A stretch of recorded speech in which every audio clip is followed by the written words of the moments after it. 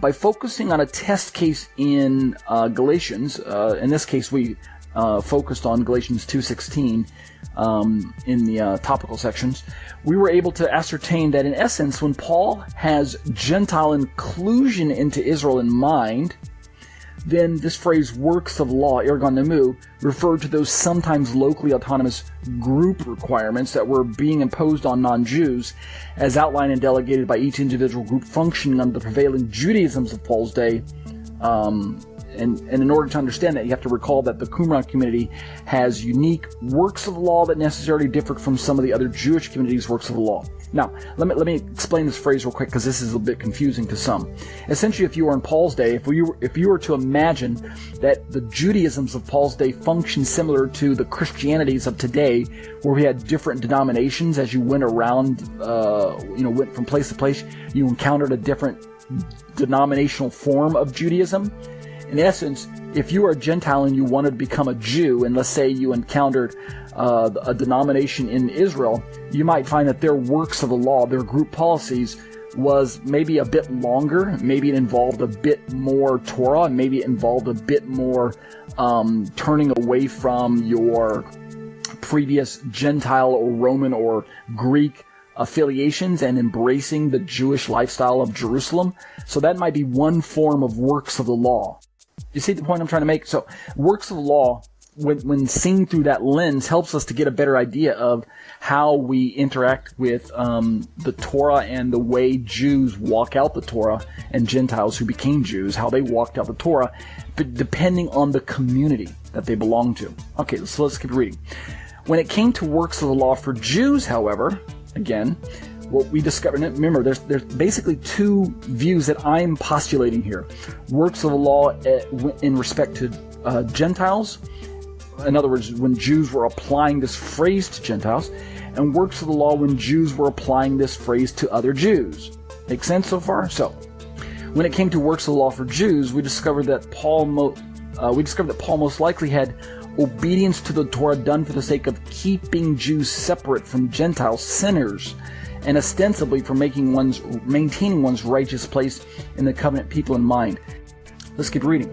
So, works of the law, when seen through the lens of Jewish people, seem to not necessarily talk about how to get into the covenant, how to get into covenant membership, how to become a righteous person. Works of the law then seem to describe or seem to focus on maintenance of existing covenant membership, at least from their perspective. So as far as the equality, I say that as I keep reading my commentary, so as far as we're right here for those of you who are in class right now.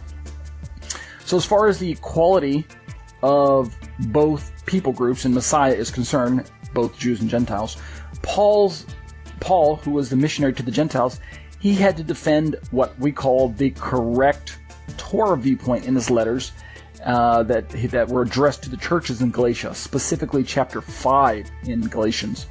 And as well, we're going to read about that in Ephesians if we ever get to it. Ephesians also talks about Jews and Gentiles being one new man, and that language that Paul's using, one new man, has this idea that Jew and Gentile are brought together under the banner of Messiah, under the righteousness of Messiah, under the approval of God's way of making a person righteous.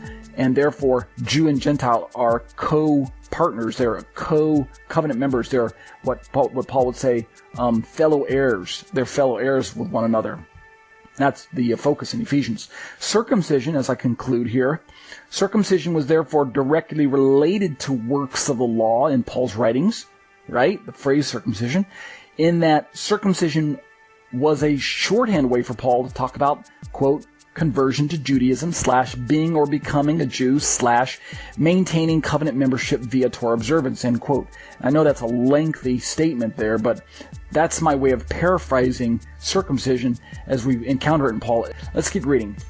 Once again, we must remind ourselves that even though circumcision was historically misused and misapplied as Jewish identity, and we read about that last week, There is no reason for us today, us 21st century Christians, to continue in such a misunderstanding.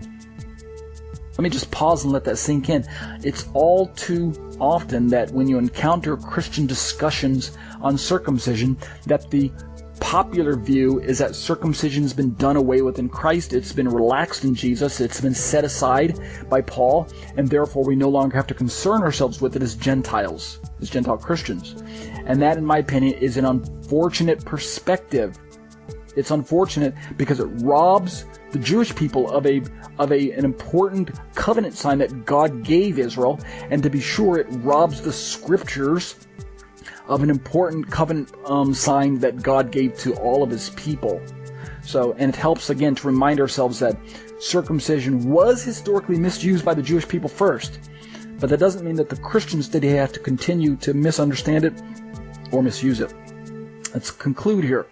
Nor is there any reason for the emerging Torah communities, the Jews and Gentiles who are embracing the law of Moses, there's no reason for them to shrink back from the Torah that God has clearly given for us to obey, provided we maintain our primary identity, not necessarily as Jewish or Gentile, but as that of one firmly grounded in Mashiach.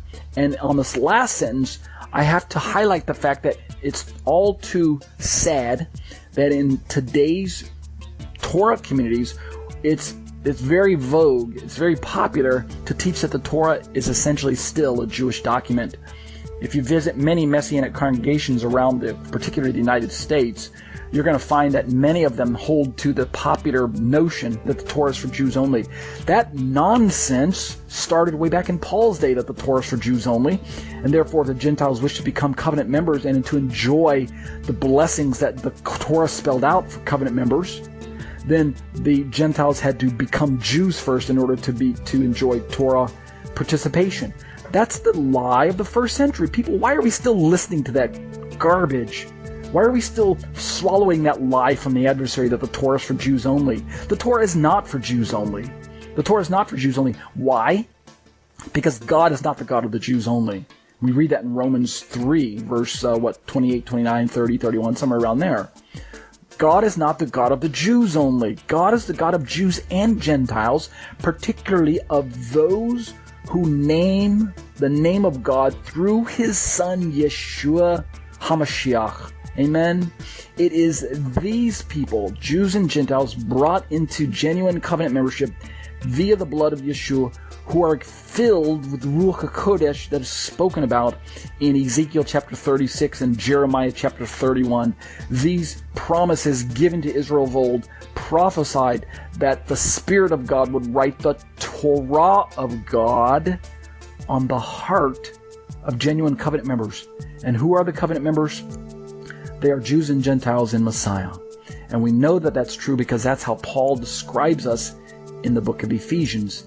And that's a better way to understand the book of Galatians. So we'll leave off there for now as far as our commentary to my commentary to Galatians. Next week, we'll pick up our study again with this paragraph entitled Covenantal Nomism and Justification.